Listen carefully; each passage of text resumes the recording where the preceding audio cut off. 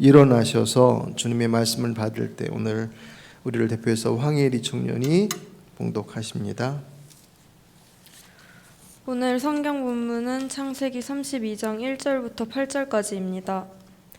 야곱이 길을 가는데 하나님의 사자들이 그를 만난지라. 야곱이 그들을 볼 때에 이르기를 이는 하나님의 군대라 하고 그 땅 이름을 마하나임이라 하였더라.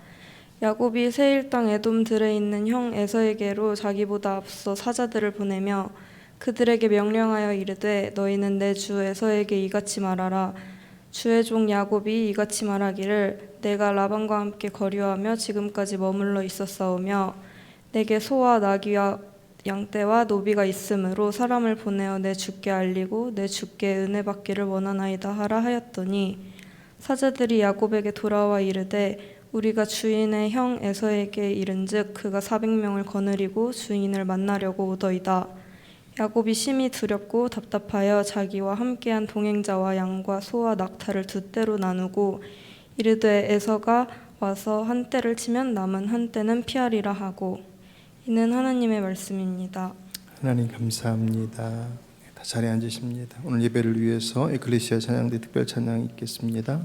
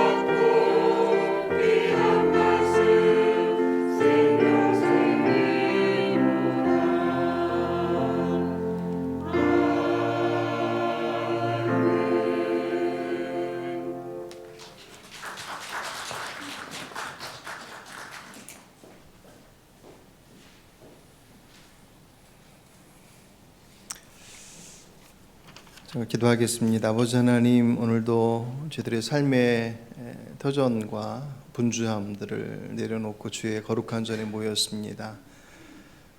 주 앞에 예배드리는 것이 가장 귀한 것임을 알고 이 자리로 불러주셨고 또한 그렇게 결단하며 죄전을 찾은 죄 백성들의 마음 가운데 성령 하나님께서 충만한 은혜로 함께해 주시옵소서.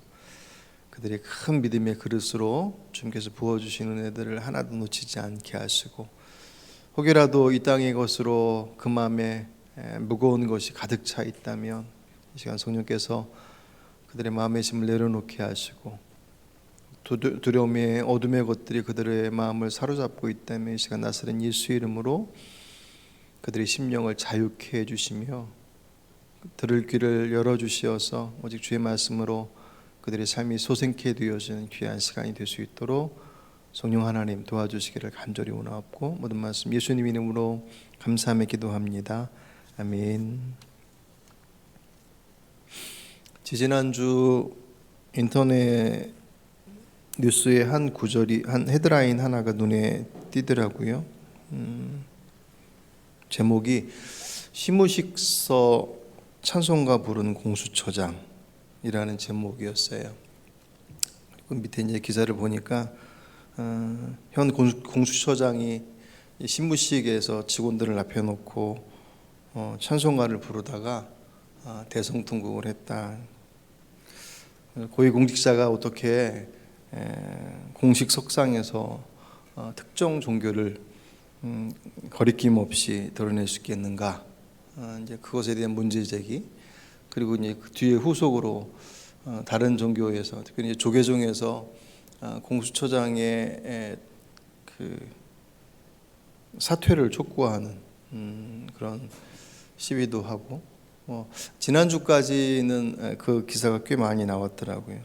제가 좀 내용을 쭉 살펴봤더니 좀 부풀려진 부분들도 있고, 이 공수처장이 이미 그 인선되던 때부터 독실한 기독교 신자였다라고 하는 것들이 이렇게 알려졌던 내용이었습니다. 아마 이제 새해를 시작하면서 직원들과 함께 신무식을 진행을 하다가 그 신무식 내용 중에 독일의 히틀러의 그 나치에 대항하던 여러 기독교인 중에 디트리트 본 회퍼라고 하는 아주 유명한 목사님이 계셔요. 그 목사님이 쓴 기도시 중에 선한 능력이라고 하는 시가 있습니다. 지난주 주보에 제가 실어드렸었어요. 사실 이제 아까 우리 찬양 마지막 드렸던 찬양이 이제 그 기도시를 가사로 해서 찬송으로 만든 곡이 바로 주 선한 능력으로라고 하는 그 찬양입니다. 그 선한 능력이라는 그 시의 일부분을 이제 인용을 하고 나서 그 찬송, 그 복음성가죠. 그 CCM 복음성가를 부르다가 이분이 울컥한 거예요. 그래서 이제 아마 이제 감정이 올라서 이제 그랬던 모양이죠. 그것이 와전돼서 뭐 컥컥대면서 대성통곡했다고 그렇게 전해졌다라고 얘기를 하더라고요. 물론 뭐가 그렇게 재밌어? 지금 운 사람 얘기하는데 물론 고위공직자가 공식석상에서 자신의 개인의 종교적 성향들을 그렇게 드러내는 것이 바람직한 것은 아니에요. 입장 바꿔서 어느 종교냐에 따라서 공수처장이 불교 신자인데 뭐 신무식에서 뭐 불교에 좋은 말씀들도 많이 있으니까 그걸 얘기하고서 뭐 참불가를 불렀다 뭐 그러면 썩 그렇게 내키지는 않을 거 아니에요. 근데 그런 의미 속에서 고위공직자 공식 석상에서 자신의 특정 종교를 드러내는 것, 그 행위 자체는 뭐 이렇게 어쨌든 비난의 대상이 될 수 있지만 정황을 보니 그분이 자신의 그 신앙을 드러내고자 하는 어떤 의도로 한 행위가 아니었었고, 그리고 아시는 분은 아시겠지만 기사에 많이 나왔으니까 공수처의 상황이 결코 녹록지 않거든요. 공수처장 사퇴에 대한 내용들이 이미 오래전부터 나오고 있었고 그 위치도 애매하고, 그래서 아마 그런 위기감이라든가 여러 가지 그런 상황들이 이제 신무식에 이제 2023년을 새로 시작하는 이제 그때 잘해보자라고 하는 그런 마음으로 그렇게 하다가 이제 울컥한 거겠죠. 어떤 마음인지는 알겠어요. 여러분도 그 마음 아시겠습니까? 왜 뭐 종교를 드러냈느냐 드러내지 않냐라고는 그런 차원에서 접근하기보다는 그의 마음을 이렇게 보면 어떤 마음이었겠구나라고 하는 것을 사실 짐작할 수가 있습니다. 그 선한 능력으로라고 하는 그 시는 보네포 목사님이 그 나치 정권 속에서 독일의 모든 교회와 거의 대부분의 교회와 종교들이 그 나치 히틀러를 신봉했어요. 교회들마저도 거기서 저항했었던 소수의 기독교인이었었고 목회자였습니다. 그는 개인적으로 미국으로 망명할 수 있는 기회가 주어졌음에도 불구하고 그 선택을 하지 않아요.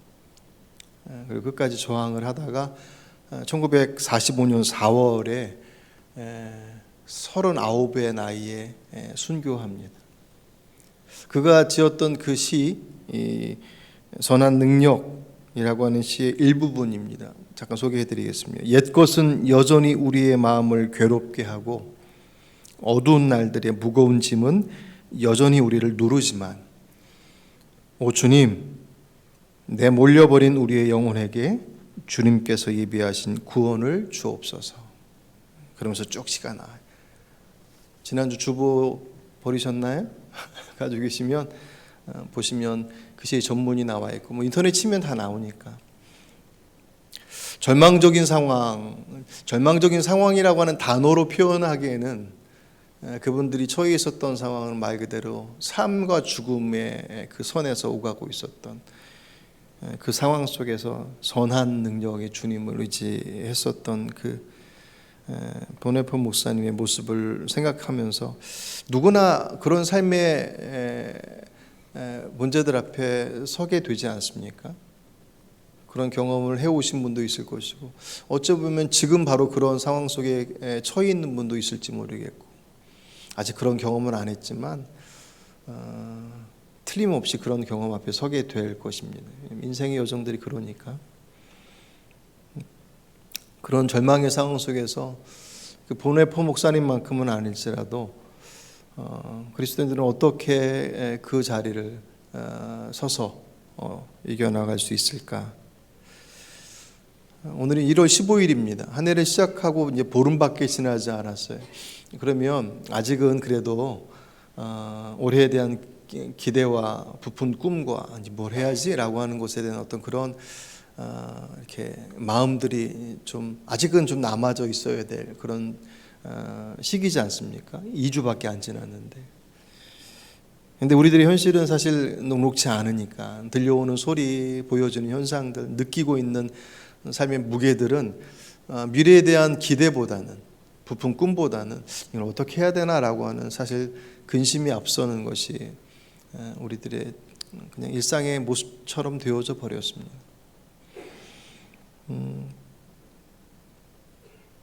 그런 상황 속에서 한평생 수많은 그 난관과 두려움에 직면했었던 사람, 그 대표적인 사람이 야곱이거든요.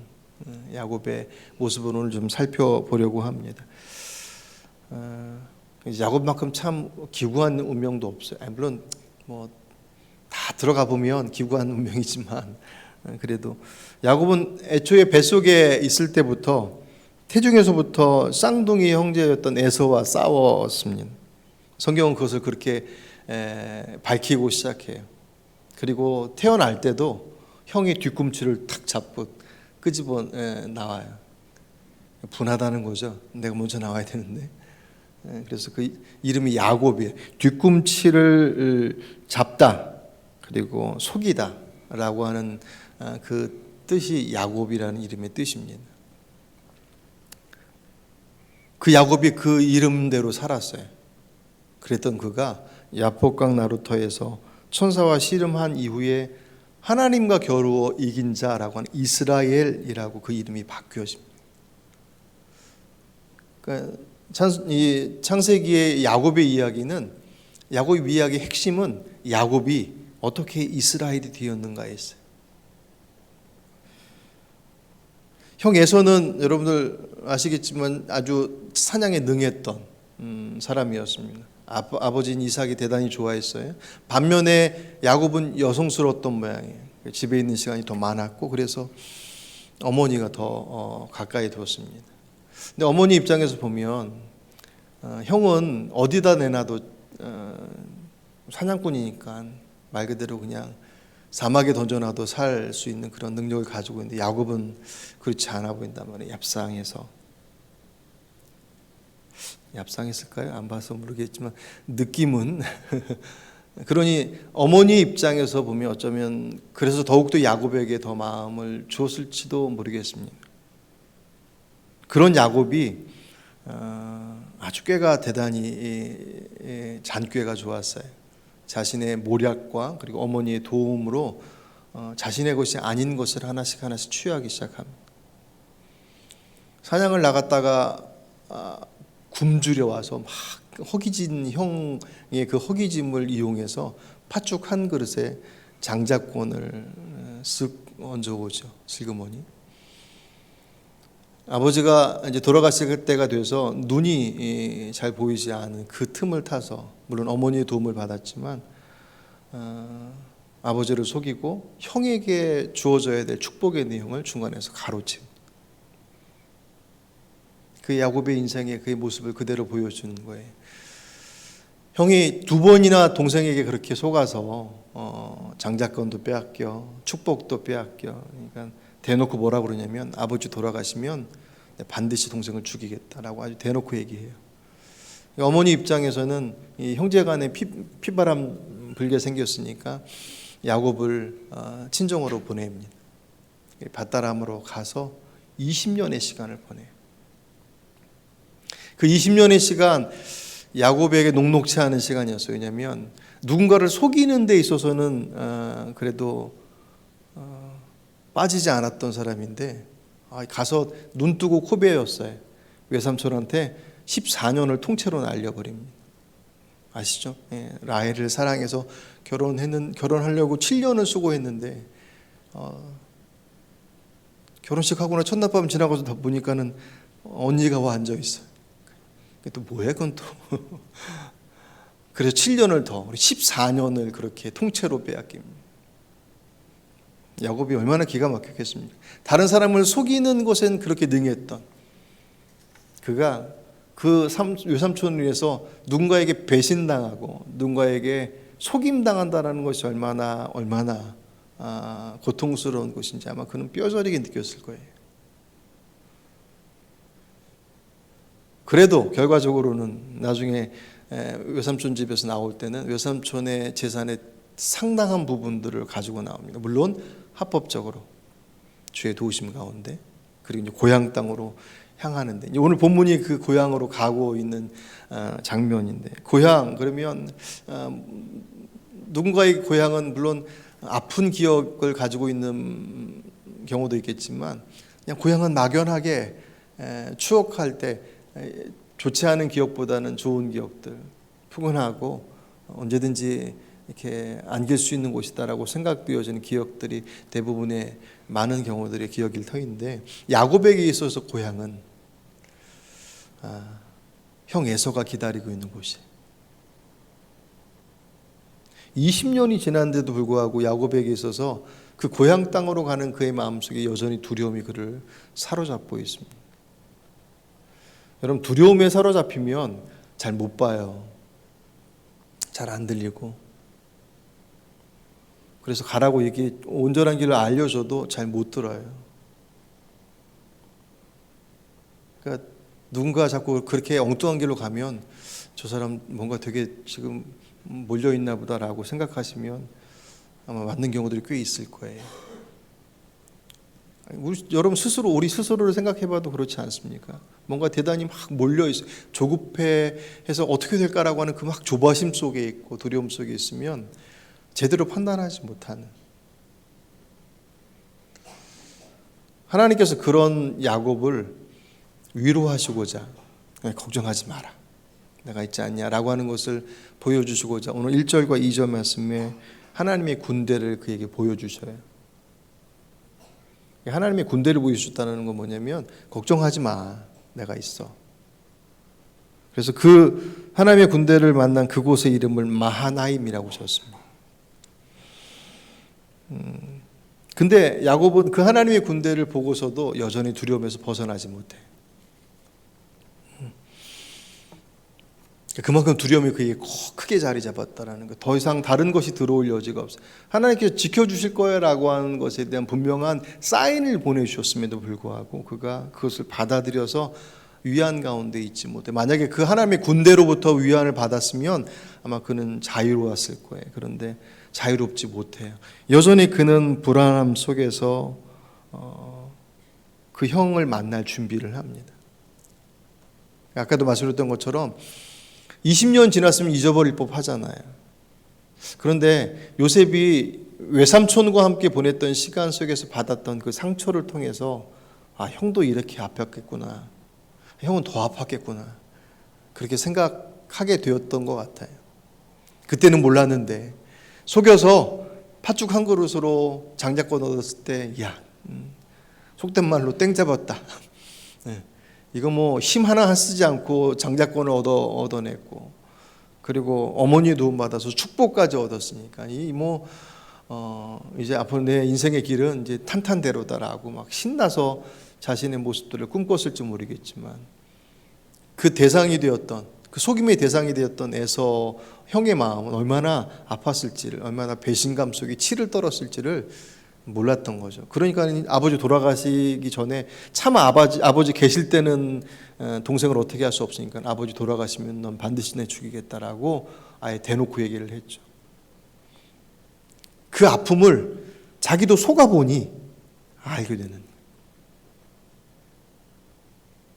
사실 인생에 있어서 모든 경험, 좋은 경험뿐만 아니라 좋지 않은 경험들도 사실 버릴 게 없는 게 오늘 본문의 야곱의 경우를 보면 알 수 있어요.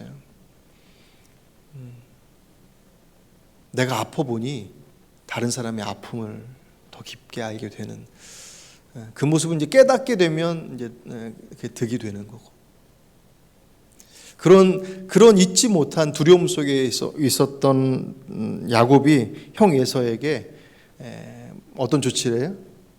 양과 소와 남종 여종 데리고 지금 고향으로 가고 있다고, 선물 보따리 가지고 가고 있으니 형한테 그 소식을 전해요. 그러니까 형의 마음을 녹여보려고 하는 시도죠. 하나님의 위안으로 부족했던 거예요. 하나님의 군대로 지켜줄 거야라고 말씀하셨던 그 말씀을 못 믿겠는 거예요. 믿긴 하겠는데 부족하다 생각했던 모양이죠. 믿음의 크기가 달랐으니까. 그렇게 해서 선물 보따리 가져왔다고 소식을 전했는데, 그 소식을 전하고 온 전령이 뭘 전해요? 형이 400명 데리고 오고 있습니다 라는 소식을 들어요. 그러니까 그 400명 데리고 온다는 소식을 듣고 나서 공포에 쌓입니다. 근데 그 40명이 환영의 인파일 수도 있잖아요. 물론 정황을 살펴볼 때 에서가 그렇게 동생한테 배신당하고 나서 고향으로 돌아오는 동생이 뭐가 이쁘다고 400명이나 데리고 와서 환영하겠어요. 근데 야곱은 대번에 그 400명의 소식을 듣고 나서 기겁을 합니다. 그러니까 대단히 분주해져요. 오늘 7절과 8절의 말씀 보시면 그 무리를 두 떼로 나눠서 형이 한 떼를 치면 나머지 데리고 도망갈 계획을 세웁니다. 그리고 나서 9절과 12절 이제 하나님께 기도해요. 여러분, 근데 그 장면을 보시면 그가 20년 전에 아까 우리 찬송가 383장이었나요? 그 찬송이 베델에서의 그 경험이 이제 그 고백되어진 찬송이거든요. 야곱이 형 죽인다는 얘기 듣고 도망가다가 외삼촌 집에 가다가 그 베델에서 돌베개 베고 자던 그곳에서 하나님 만나잖아요. 하나님께서 뭐라고 그러셔요? 걱정하지 마라. 너 함께 할 것이고 너 다시 이곳에 돌아오게 내가 해줄게. 걱정하지 마. 그 약속의 말씀이 그제서의 기용입니다. 그러고 보니 자신이 떠날 때는 아무것도 없이 떠났는데 지금 얼마나 많은 재산을 가지고 오고 있어요. 값없이 받은 것에 대해서 정말 자격 없는데 하나님께 주셨네요. 감사합니다. 그런데 주님, 형 에서로부터 저를 지켜주십시오. 그 기도가 9절부터 12절까지 기도의 내용이에요. 누릴 만한 자격이 없음에도 불구하고 약속의 말씀이 그대로 성취되어 있는 자신의 모습을 그제야 발견하고, 주님 그렇게 은혜를 베푸셨으니 저를 지켜주십시오라고 주 앞에 기도합니다. 그런데 여전히 불안해요. 그래서 그 다음 조치가 어떻게 나와요? 13절부터 21절까지 말씀 보시면 선물의 때를 세 때로 나눠요. 형한테 1차, 2차, 3차 이렇게 간격을 두고 그렇게 보냅니다. 불안했기 때문에 오면 그 다음 후속 조치를 할 수 있는. 그러니까 야곱은 끊임없이 자신이 살 길을 계속 그 방도를 찾고 있는 거예요. 하나님께서 사인을 포장해서 보내주셨고, 그 스스로가 엎드려서 기도하며 주님께서 약속하셨던 것이 내 안에 성취됐음을 확인함에도 불구하고 그것이 연결되지 않아요. 지나온 시간 동안 자신을 지켜주셨던 하나님을 고백하는데 오늘의 문제들 속에서는 여전히 그가 근심하고 염려하고 있는 야곱의 모습이 어쩌면 이 시대의 우리의 모습과 그리 비슷한지 몰라요. 그런 그 두려움에 휩싸여서 이러지도 저러지도 못하는 온갖 수단과 방법들을 다 동원하고 있는 이 야곱이 어디서 그 두려움의 문제를 해결합니까? 그 유명한 야복강 나루터에서 씨름하던 그 사건, 그곳에서 바로 야곱의 인생이 완전히 바뀌어져 버려요. 한 사람과 밤새도록 씨름했다고 그랬습니다. 천사와 씨름했다고 얘기하죠. 씨름이 결판이 나지 않아서 가야 되는데, 해 뜰 날이 다가와서 가야 되는데 안 놔주니까는 야 놔라, 안 놓으니까는 이 엉덩이 뼈를 쳐서 위골시켜 버립니다. 그래도 불구하고 야곱이 뭐라고 그래요? 절대로 못 놓는다고. 축복해 주기 전에는 절대로 못 놓는다. 이때 말하는 게 축복이 잘 살게 해달라고 하는 복을 비는 것이었겠습니까? 그때의 축복은 살려달라는 얘기예요. 살려주신다는 약속 안 하면 절대 놓지 못합니다 라고 그 안에서 몸부림치며 붙들고 있어요. 결국 그곳에서 천사가 그에게 축복하죠. 그 이름을 뭐라고 바꿔요? 이름 이스라엘, 하나님과 씨름하여 이긴 자라고 그 이름을 바꾸어주고서 그를 축복합니다. 그러니까 여기서 우리가 주목하게 되는 것은 야곱이 그렇게 정말 환도뼈가 위골되어서 엉덩이뼈예요. 그래서 이제 다리를 나중에 절고 가잖아요. 그렇게 위골될 정도로, 그러면서도 불구하고 그 씨름에서 포기하지 않고 붙잡았었던 그 모습이 야곱에게 있어서 이 본문 안에서 주목하게 되는 것이기도 하지만, 여러분 우리가 이 본문을 보면서 놓치지 말아야 될 것은 그 씨름은 야곱이 시작한 씨름이 아니라는 거예요. 그러니까 야곱이 애초부터 하나님 살려주십시오라고 야복 나루터에서 주님 붙잡고 매달렸던 그런, 정말 주님만이 살 길입니다라고 붙들었던 마음으로 시작한 기도가 아니란 말이에요. 할 거 다 했어요. 때 나눠서 보내고 이제 처분만 기다렸어요. 아무것도 할 게 없어요. 그때 주께서 오셔서 그에게 씨름을 하셨어요. 그를 붙잡고 그의 인생을 흔들어 놓으셨어요.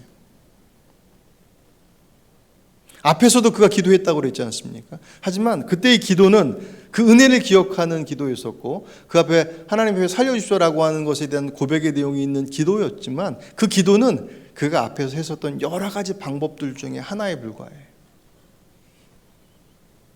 그 기도는 그에게 있어서 주님만이 내 생명이십니다라고 하는 고백을 끌어내지 못하는, 선물 보따리 세 보따리로 해서 이렇게 하면 이렇게 도망가야지 라고 하는 방법 하나, 하나님 앞에 기도도 한번 해봐야지, 두 번째 방법, 세 번째 뭐 또 하나, 다 해놓고 나서 이제 기다려야지 라고 하고 있는 것이, 다 떠나보내고 나서 야복 나루터에서 그렇게 어떻게 해야 되나 있었던 그에게 주님께서 그거 아니다 라고 말씀하시면서 싸움을 걸어오셨어요.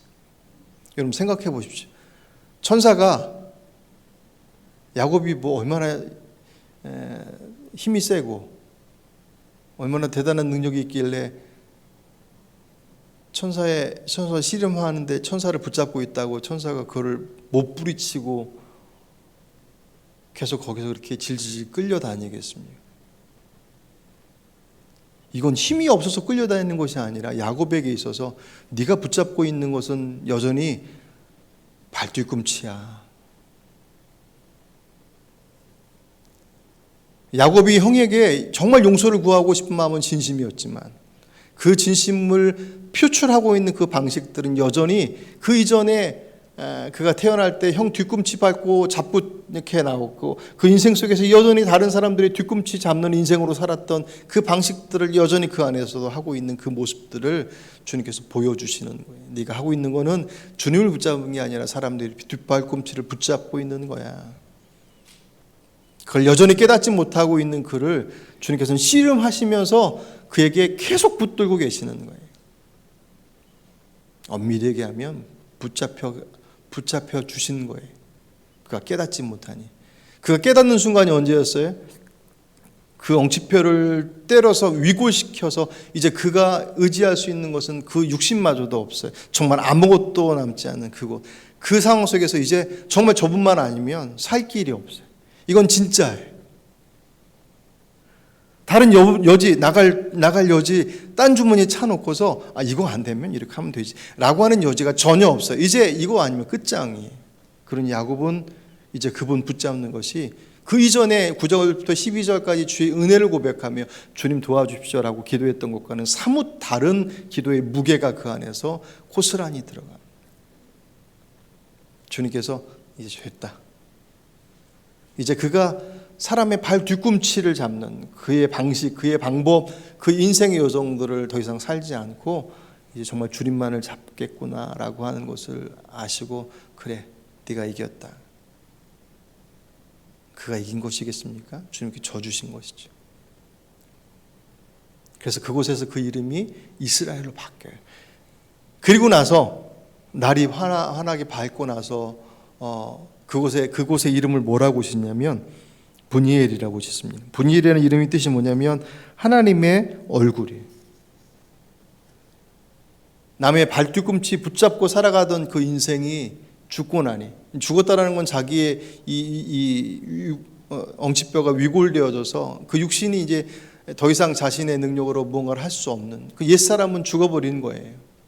내 힘으로 살 수 있었다라고 생각했었던 그 삶이 포기되어지고 나서 보니 그제야 하나님의 얼굴이 보이는, 하나님의 군대를 보여주셔도 보지 못하고 봤지만 보지 못하는 거예요.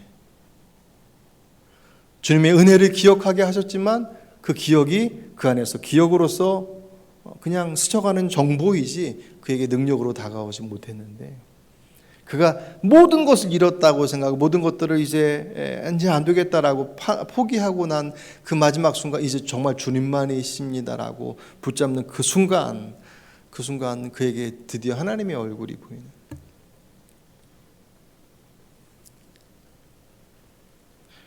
야곱과 형 에서가 만나는 장면을 보면 20년 만에 그 증오와 두려움의 만남의 현장들이 어떻게 보여집니까? 야곱이 다리를 절면서 가서 형 앞에 깊이 엎드려서 절을 해요. 근데 그 절은 두려움에서 나오는 비굴함이 아니에요. 이제 그는 정말 자신의 인생을 하나님 앞에 맡겼어요. 형이 죽인다 해도 어쩔 수 없어요. 하지만 용서를 구하는 그 모습을 본 에서는 그 동생을 보면서 그동안 막 켜켜이 쌓였었던 보기만 하면 내 죽인다 라고 그렇게 칼을 간들 그 형의 마음을 다 녹여버렸습니다. 그 선물 더미가 그 형의 마음을 녹인 게 아니에요. 야곱이 평생 일궈낸 그 모든 재산을 올인해서 선택한 방식이 형의 마음을 녹인 게 아니에요.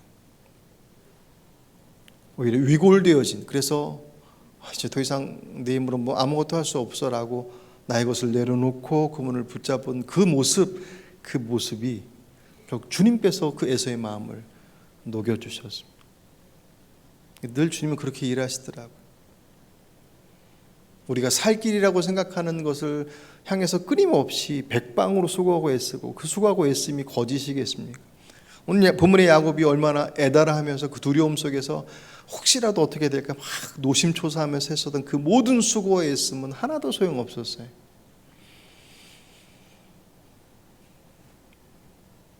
오늘 이 시대도 주님께서 야곱과 같은 인생을 살아가는 우리들의 삶을 가로막으시며 씨름하자고 우리를 붙잡으십니다.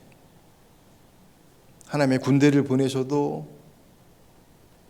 봤는데 못 본 것 같고, 주 앞에 기도하는 자리 속에서 가만히 생각해보니 정말 주님께서 그렇게 지켜오셨어 라고 하는 고백을 하면서도 여전히 내 안에서는 다른 것들을 붙잡고 있는 우리들의 그 모습들을, 야곱과 같은 모습을 아시기에 주님께서 그 모습을 포기하지 않으시고 우리에게 싸움 걸어오십니다. 오늘 주님께서 여러분에게 어떤 싸움을 걸어오십니까?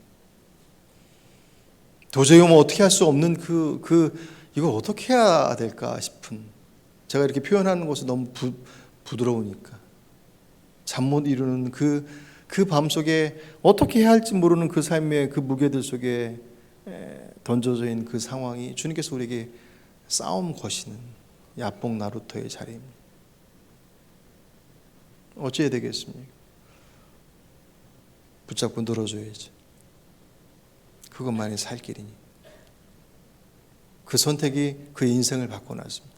20여 년 전에 베델에서 하나님을 만났는데 그럼에도 불구하고 바뀌지 못했어요. 하나님이 어떤 분인지 알았어요. 그런데도 불구하고 그는 여전히 자신의 방법을 선택했던 삶을 살았습니다. 20년 동안의 긴 시간 동안 외삼촌에게 그렇게 고통당하면서도 그 인생은 바뀌지 않았어요. 그랬던 그가 그 야복나루터에서 자신의 모든 것들을 놓을 수밖에 없었던 그 상황 속에 내려놓고 살고자 그분을 붙잡았을 때 그 자리가 그에게 생명의 자리가 됐습니다. 그 인생이 바뀌었습니다. 어쩌면 저와 여러분이 맞닥뜨리고 있는 그 두려움의 현장이 야복나루터와 같은 주님께서 싸움 것이 씨름하자고 손 내미시는 자리일 수 있습니다.